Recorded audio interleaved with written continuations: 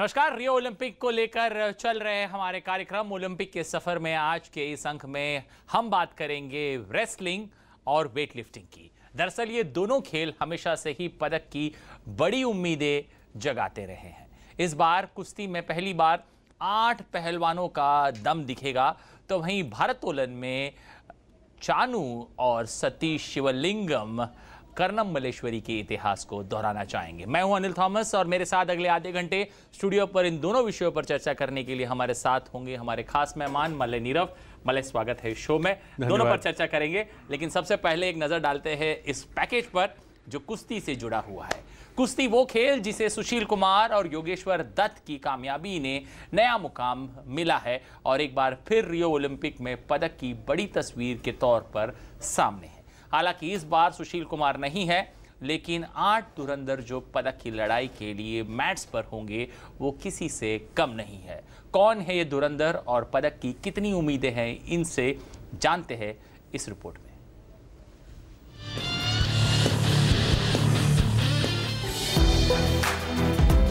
न धार से न वार से पदक बरसेगा पहलवानी के दांव से।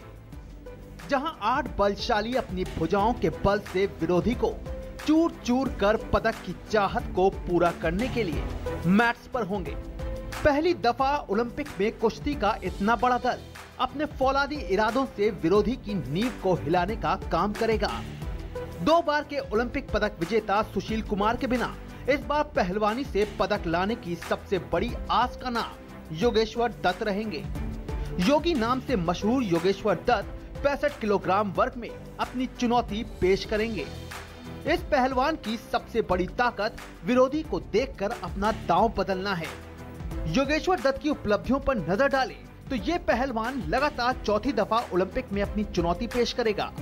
साल 2004 एथेंस ओलंपिक में ये खिलाड़ी 18वें स्थान पर रहा, तो बीजिंग ओलंपिक में 9वें स्थान पर, जबकि लंदन ओलंपिक में तीसरे पर रहते हुए कांस्य पदक जीत अपने सपने को जिया।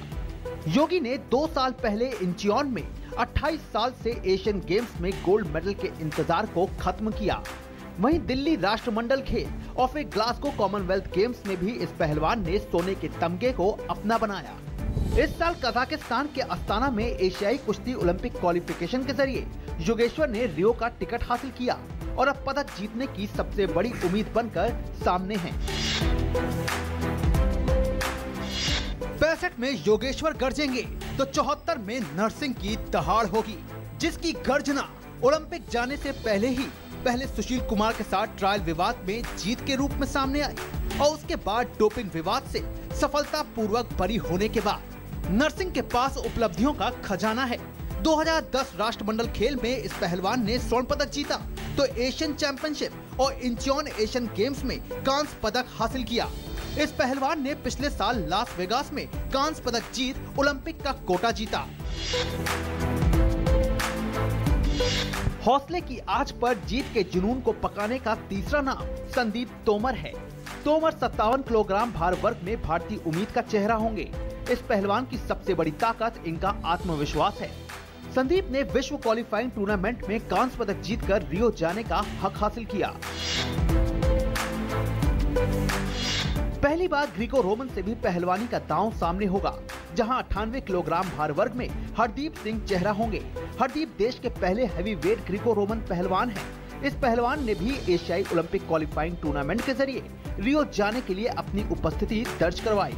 हरदीप ने एशियाई कुश्ती में रजत पदक जीता, तो 2014 ग्लासगो राष्ट्रमंडल खेल में सोने की चमक से खुद को तरबतर किया।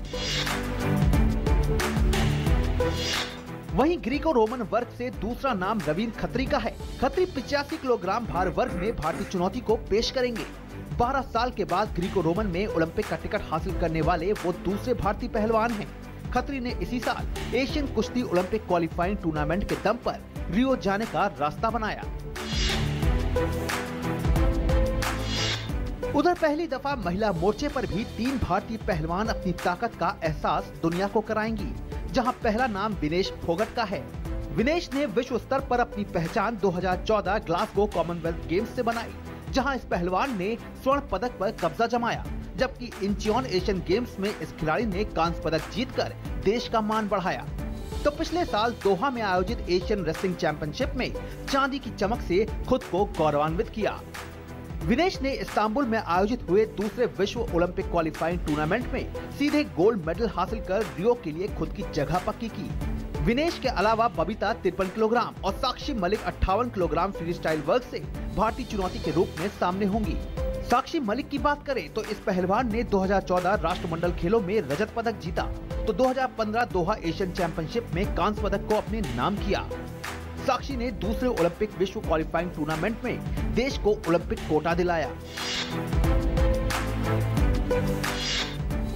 महिला वर्ग से तीसरा नाम बबीता बाबरी का है, जो 53 किलोग्राम भार वर्ग में ओलंपिक से पदक लाने की पुरजोर कोशिश करती नजर आएंगी। बबीता ने साल 2014 राष्ट्रमंडल खेल में स्वर्ण पदक जीता। वहीं राष्ट्रमंडल कुश्ती में ये पहलवान 3 बार गोल्डन गर्ल बनकर सामने आई। बबीता को एशियन कुश्ती ओलंपिक क्वालिफाइंग टूर्नामेंट में मंगोलिया की पहलवान के डोपिंग टेस्ट में फेल हो जाने के चलते रियो का टिकट मिला। तो ये है भारतीय रेसलिंग के वो स्टार जिनकी उस्तादी दुनिया पर पड़ेगा भारी, क्योंकि इस बार है कुश्ती के सुल्तान बनकर सामने आने की बारी। Sports desk, DD news.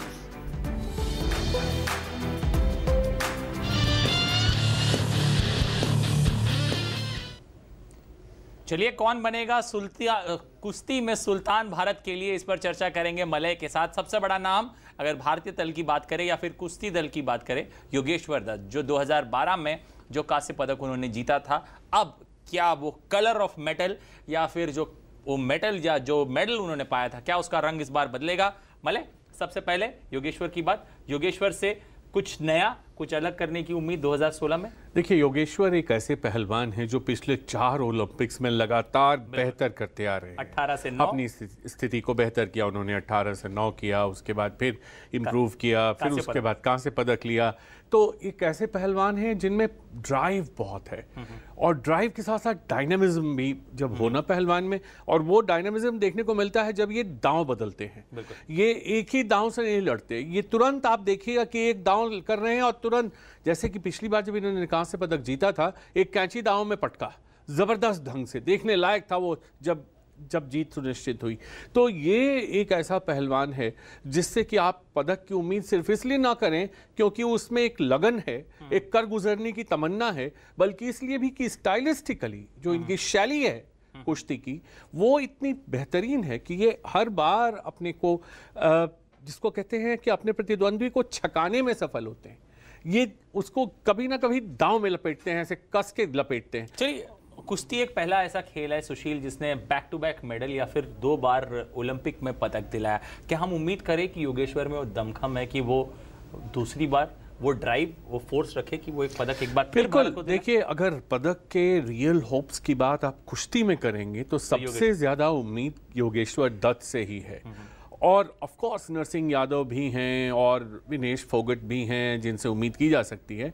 मगर अगर उम्मीद की बात करें तो उम्मीद के पैमाने पर, तौलने पर सबसे मजबूत दावेदार अगर कोई है तो योगेश्वर दत्त है, इस बात में कोई संदेह नहीं। ओके, अगर बात करें एक और खिलाड़ी की जो फिलहाल कुश्ती के मैट को छोड़कर बहुत अलग अलग मैटों पर अपने लड़ाई को लड़ रहा है, और अब एक तरह से मैं कहूँगा जीत हुई है कि वो ओलंपिक के लिए रवाना होने के लिए तैयार है।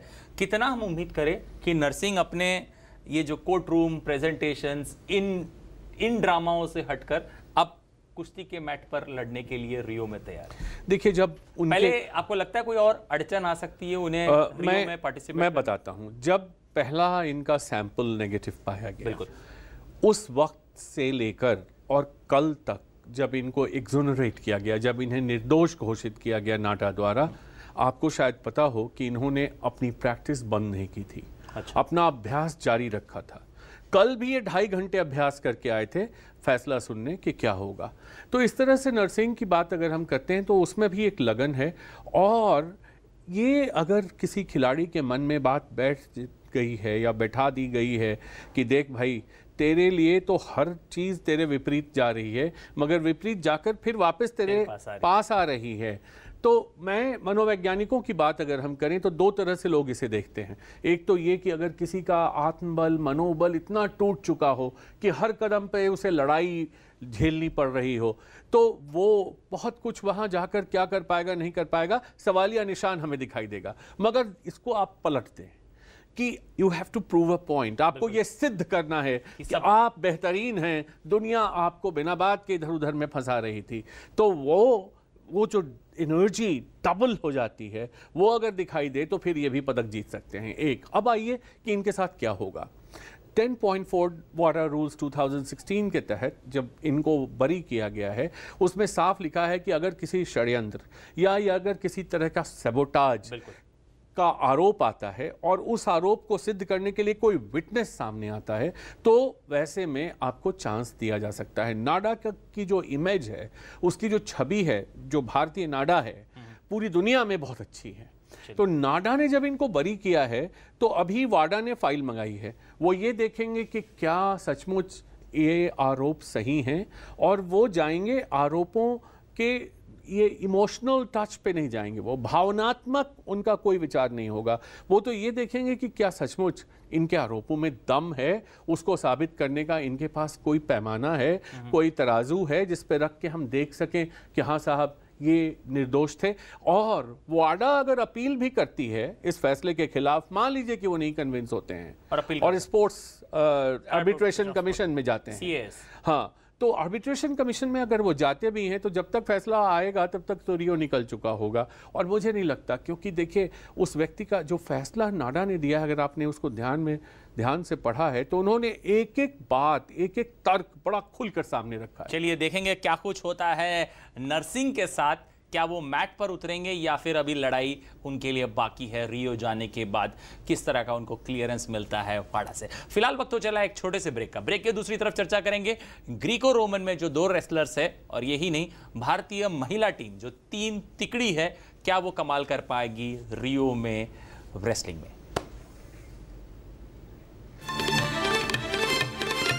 सी से सिटी हो या डी से डिफेंस, सारे देश का इंजन हम ही तो चलाते हैं।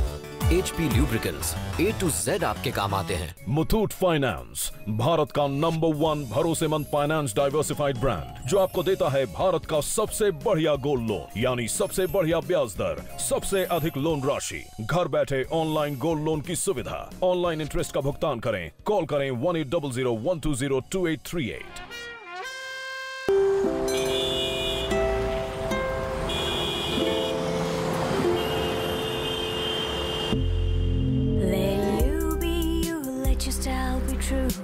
Let time stand still.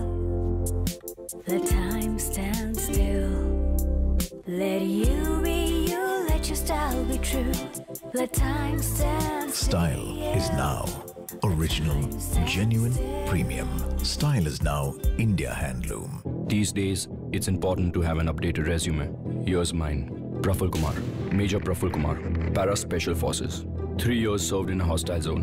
Tough assignment. Special service in J&K. Made some friends there. Combat free fall specialist. Willing to shed blood. As you can see, I wear my heart on my sleeve and my resume on my uniform. Which other company lets you do that? We are India's most exciting workplace, and we are making you an offer. The Indian Army. Live a life less ordinary. प्रधानमंत्री ग्राम सड़क योजना ने हम गांव वालों के लिए तरक्की के रास्ते खोल दिए। सड़क के गड्ढों की फोटो खींच रहे हो? कोई खास बात है क्या? अरे काका, मेरे मोबाइल फोन में मेरी सड़क ऐप है, जिससे प्रधानमंत्री ग्राम सड़क से जुड़ी कोई भी जानकारी सरकार तक भेजी जा सकती है। सड़क से जुड़े सुझाव या शिकायत पर सरकार वाजिब कार्यवाही करती है। प्रधानमंत्री ग्राम सड़क से जुड़ी कोई भी बात, मेरी सड़क एंड्रॉइड ऐप अब हर पल मेरे साथ। उत्तर प्रदेश के करोड़ों लोगों के चेहरे पर मुस्कान लाने की जिम्मेदारी जिन कंधों पर है, वो कंधे हैं अखिलेश जी के, जिनके प्रयास से सबको साथ लेकर हर समाज, हर वर्ग, हर तबके के लिए योजनाओं की शुरुआत हुई है। अपने कुक्कुट व्यवसाय योजना के तहत पोल्ट्री फार्म्स खोलने के लिए भी सरकार की ओर से सहयोग दिया जा रहा है। मत्स्य विभाग की ओर से फूड वैन्स भी दी जा रही हैं।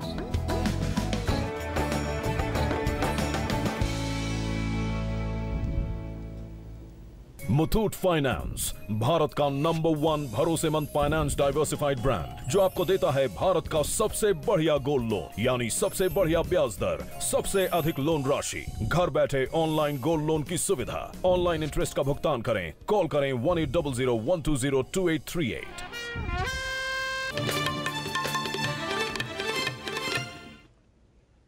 चलिए, बात अभी हम लोग रेसलिंग की कर रहे हैं और रेसलिंग में एक दूसरा पहलू जिसमें भारत को लंबे समय बाद 2 रेसलर्स को क्वालिफाई करने का मौका मिला, वो है ग्रीको रोमन, हरदीप और खत्री। इन दोनों से उम्मीदें, किस तरह की उम्मीदें जानते हैं मलय से। मलय, हरदीप और खत्री, कितना उम्मीद करें ग्रीको रोमन में? हमेशा हमें जब भी पदक मिला है रेसलिंग में हमेशा फ्री स्टाइल से मिला है, लेकिन ग्रीको रोमन में इस बार कितना उम्मीद करें इन 2 रेसलर से? देखिए, अगर सच्चाई कही जाए तो भारत का जो स्ट्रॉन्ग पॉइंट है वो फ्री स्टाइल रेसलिंग है, हमेशा से रहा है। लेकिन इन दोनों ने खासकर जो जिस भार वर्ग में ये हैं, हेवी वेट हैं, दोनों ने जगह बनाई है और ये जगह अपनी मेहनत से बनाई है, जीत कर बनाई है, प्रतियोगिताओं में अच्छा प्रदर्शन करके बनाई है। इसलिए जब कोई खिलाड़ी रियो जा रहा है तो ये बात तो है नहीं कि उसको थाली में परोस कर दे दिया गया और वो जा रहा है। बिल्कुल। तो उम्मीद तो है, मगर रियल होप्स अगर आप बात करें पदक की तो इन दोनों से उतनी नहीं है जितनी योगेश्वर से या नरसिंह से या महिलाओं में विनेश से है। चलिए, आपने ये सच्चाई है। आपने महिलाओं की बात की, महिलाओं की 3 तिकड़ी है इस बार। इनमें से हम किन पर ज़्यादा उम्मीद करें या किन पर हम कहें कि ये एक डार्क हॉर्स हो सकते हैं इस ओलंपिक? देखिए, विनेश फोगत, विनेश और बबीता दोनों बहनें हैं, कजन्स हैं दोनों, और वो तीसरी लड़की साक्षी भी वहीं की है, भिवानी की, हरियाणा की, भिवानी की। दोनों, हालांकि उसका कोच अलग है, इनको तो महावीर जी ने कोच किया है जो इनके पिता और चाचा हैं, और इनकी बड़ी बहन को भी किया था जो लंदन में कुछ खास नहीं कर पाई थी, लेकिन बहुत अच्छा उन्होंने कॉमनवेल्थ में प्रदर्शन किया था। तो ये जो लड़कियां हैं इनमें खासकर विनेश, उससे मुझे एक पदक की उम्मीद है। वो इसलिए कि उस लड़की में भी वो जो कॉन्फिडेंस है, जो आत्मबल है, जो बहुत कई बार पहलवानों को बहुत कुछ नहीं होने पे भी जीत की ओर अग्रसर कर देता है। अगर हम बस नाम लेना चाहूँगा, तोमर, जिसको टल्ली कहते हैं, जो इस बार जा रहा है पहलवान, उसमें भी यही है, आत्मविश्वास कूट कूट कर भरा, वो देखता ही नहीं। हारने के बाद लोग कहते हैं कि भाई छोड़ दो, अब हो गया, खत्म हुआ। और ये विनेश भी लड़की वही है, इसके भी दोनों पांव चलते हैं, हाथ जबरदस्त चलते हैं, इतना बढ़िया इसने प्रैक्टिस की हुई है और मुझे इससे बहुत उम्मीद है। लेकिन ये नहीं कह सकते कि साक्षी से उम्मीद नहीं है, कि बबीता से उम्मीद नहीं है, ये दोनों भी बहुत अच्छा कर सकती हैं। चलिए, आपने यहाँ वेट लिफ्टिंग की, अपना रेसलिंग की बात की, हम वेट लिफ्टिंग की तरफ रुख करेंगे, लेकिन उससे पहले लेते हैं एक छोटा सा ब्रेक। ब्रेक के दूसरी तरफ हम चर्चा करेंगे वेट लिफ्टिंग और 2 वेट लिफ्टर्स, इनसे क्या कुछ उम्मीदें हो सकती है रियो में। देखते रहिए। डी से डिफेंस हो या ई से इलेक्ट्रिसिटी, सारे देश का इंजन हम ही तो चलाते हैं। HP lubricants A to Z आपके काम आते हैं। मुथूट फाइनेंस, भारत का नंबर 1 भरोसेमंद फाइनेंस डाइवर्सिफाइड ब्रांड, जो आपको देता है भारत का सबसे बढ़िया गोल्ड लोन, यानी सबसे बढ़िया ब्याज दर, सबसे अधिक लोन राशि, घर बैठे ऑनलाइन गोल्ड लोन की सुविधा, ऑनलाइन इंटरेस्ट का भुगतान करें, कॉल करें 1800-120-2838। साहब जी, ये हमारा जॉब कार्ड, ये हमारे काम की अर्जी। ठीक है। पावती तो दीजिए। अरे हम पे भरोसा नहीं है क्या?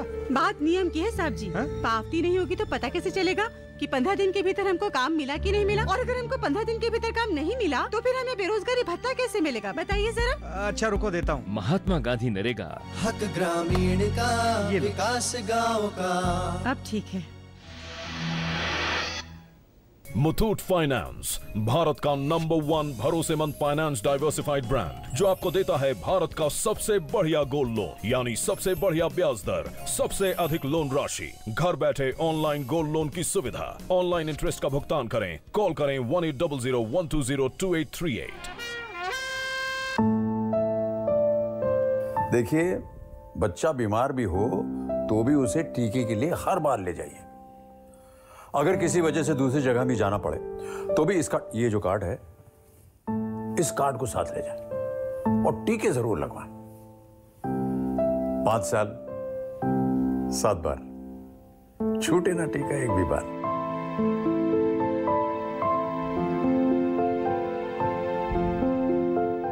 मुथूट फाइनेंस, भारत का नंबर 1 भरोसेमंद फाइनेंस डाइवर्सिफाइड ब्रांड, जो आपको देता है भारत का सबसे बढ़िया गोल्ड लोन, यानी सबसे बढ़िया ब्याज दर, सबसे अधिक लोन राशि, घर बैठे ऑनलाइन गोल्ड लोन की सुविधा, ऑनलाइन इंटरेस्ट का भुगतान करें, कॉल करें 1800-120-2838। उत्तर प्रदेश के करोड़ों लोगों के चेहरे पर मुस्कान लाने की जिम्मेदारी जिन कंधों पर है, वो कंधे हैं अखिलेश जी के, जिनके प्रयास से सबको साथ लेकर हर समाज, हर वर्ग, हर तबके के लिए योजनाओं की शुरुआत हुई है। गांव में रहने वालों का जीवन स्तर सुधारने के लिए जनेश्वर मिश्र ग्राम योजना शुरू की। इसमें गांव में पक्की सड़कें और नाली बनाने का काम हुआ।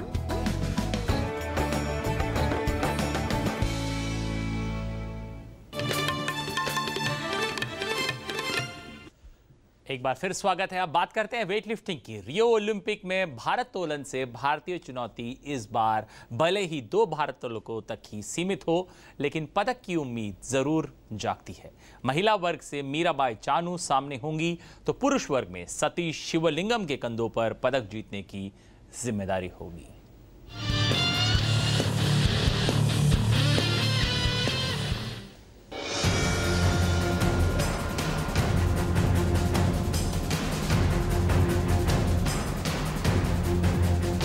देश में वेट लिफ्टिंग का नाम आते ही जहन में 2000 सिडनी ओलंपिक में कर्णम मल्लेश्वरी का कांस्य पदक जीतने का लम्हा याद आ जाता है। भले ही इस बात को 16 साल बीत चुके हों, लेकिन जब भी वेट लिफ्टिंग का जिक्र होता है तो लगता है कि देश वो करिश्मा दोबारा दोहरा सकता है। हालांकि इस बार रियो में 2 भारोत्तोलक तिरंगे की शान बढ़ाते नजर आएंगे। भारत ने अप्रैल में उज्बेकिस्तान के ताशकंद में हुई सीनियर एशियाई चैंपियनशिप में रियो खेल के लिए 2 कोटा स्थान हासिल किया। सतीश शिवलिंगम 77 और मीराबाई चानू 48 किलोग्राम भार वर्ग में रियो ओलंपिक के लिए अपनी चुनौती पेश करेंगे। सतीश शिवलिंगम की बात करें तो तमिलनाडु के वेल्लोर में पैदा हुए इस वेट लिफ्टर के करियर को पहचान 2014 ग्लासगो कॉमनवेल्थ गेम्स से मिली, जहां इस भारोत्तोलक ने 77 किलोग्राम भार वर्ग में गोल्ड मेडल का तमगा हासिल कर वेट लिफ्टिंग की दुनिया में अपने नाम का डंका बजा दिया। वहीं अगर मीराबाई चानू की बात करें तो इस वेट लिफ्टर ने बेहद कम उम्र में कामयाबी की कई दास्तान लिखी। 22 साल की मीराबाई चानू ने 2014 ग्लासगो कॉमनवेल्थ गेम्स में रजत पदक जीता। चानू के नाम पर 192 किलोग्राम से ज्यादा वजन उठाने का रिकॉर्ड भी है। उन्होंने कुंजारानी के 190 किलोग्राम वजन का रिकॉर्ड तोड़कर ये सफलता हासिल की थी। यही नहीं, मीराबाई चानू का सर्वश्रेष्ठ प्रदर्शन लंदन ओलंपिक की कांस्य पदक विजेता के बराबर है। इससे इनकी रियो में पदक जीतने की दावेदारी को मजबूती मिलती है। तो इस बार सतीश शिवलिंगम और मीराबाई चानू के भरोसे ही वेट लिफ्टिंग से पदक का भार परवान चढ़ेगा। उम्मीद यही है कि कर्णम मल्लेश्वरी के इतिहास को न केवल दोहराया जाए, बल्कि उससे एक कदम आगे बढ़ पदक के तमगे में सोने की चमक को जोड़ा जाए।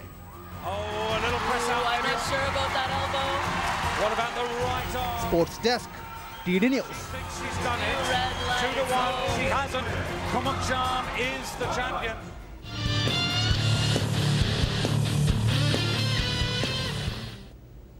सतीश और चानू के बीच टॉसअप है।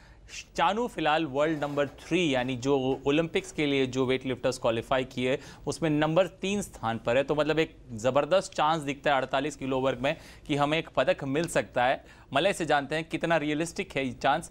Malay, Chanu 48 kilogram, 3rd position in the world फिलहाल जो ओलंपिक्स के लिए जो वेट लिफ्टर्स क्वालिफाई हुए, पदक की आस बनती है चानू से? बिल्कुल बनती है। वो इसलिए भी बनती है कि अगर आप देखें उनको स्नैच एंड जर्क मिला के 195 तक उन्होंने उठाया है। 196 तक उन्होंने उठाया है। 192 था पिछली बार के ब्रॉन्ज मेडलिस्ट का।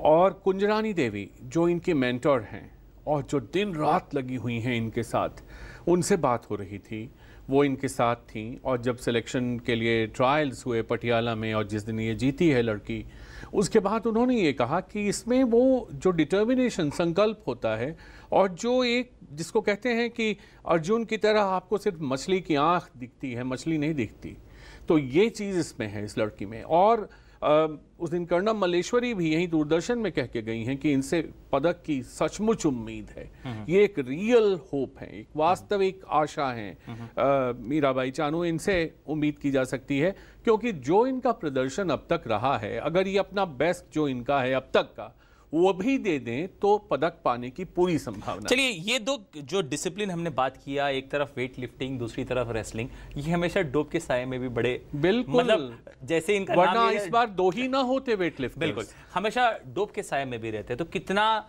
प्रेशर रहेगा, पहली बात अपने आप को यहाँ साबित करना, मेडल ना जीते वहां से क्लीन लौटना, वो उससे बड़ी जिम्मेदारी होगी इन खिलाड़ियों की। मेरे ख्याल से इस बार बहुत अच्छे से इन लोगों को रखा गया है, देखा जा रहा है कि कहीं कोई बदनामी अंतिम समय में ना हो, अंतिम घड़ी में ना हो।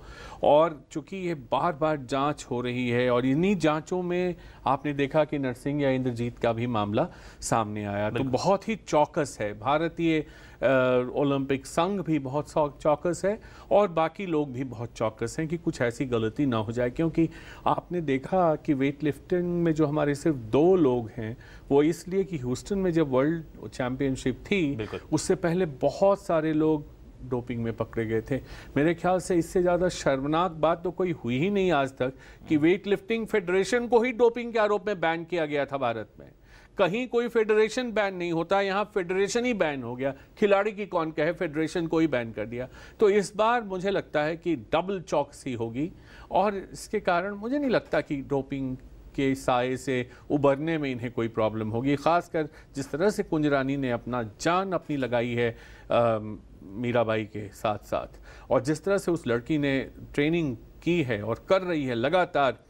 जिस दिन उसका, मुझे याद आता है कि जिस दिन उसका वो सिलेक्शन ट्रायल था, उस लड़की ने कहा कि मैं रात को नींद ही नहीं आ रही थी। चलिए, आपने ये दोनों ही डिसिप्लिन का हमने जिक्र किया, इसमें किसका पलड़ा भारी कहेंगे मेडल के लिए? मैं तो चाहूंगा दोनों हाथों में लड्डू हो, लेकिन आप एक समीक्षा के रूप में कुश्ती से ज्यादा उम्मीद है। कुश्ती से ज्यादा उम्मीद है। चलिए, पॉजिटिव नोट, कुश्ती हमें पिछले 2 ओलंपिक में मेडल जिताता रहा है। वहीं वेट लिफ्टिंग हमें 16 साल पहले सिडनी ओलंपिक्स में हमें एक पदक मिला था कर्णम मल्लेश्वरी से। उम्मीदें जरूर होंगी इन दोनों ही डिसिप्लिन से। मैं तो कहूंगा दोनों हाथों में लड्डू होनी चाहिए, एक तरफ वेट लिफ्टिंग का, एक तरफ कुश्ती का। बहुत बहुत शुक्रिया, आप हमारे स्टूडियो में आए, आपने हमारे साथ वक्त बिताया, बहुत बहुत शुक्रिया आपका। तो फिलहाल मेरी पूरी टीम को दीजिए इजाजत। कल फिर एक नए चैप्टर ओलंपिक में, एक नया डिसिप्लिन जिसे लेकर हम आपके सामने हाजिर होंगे कल शाम इसी समय इसी चैनल पर। फिलहाल मेरी पूरी टीम को दीजिए इजाजत। नमस्कार, शुभ रात्रि।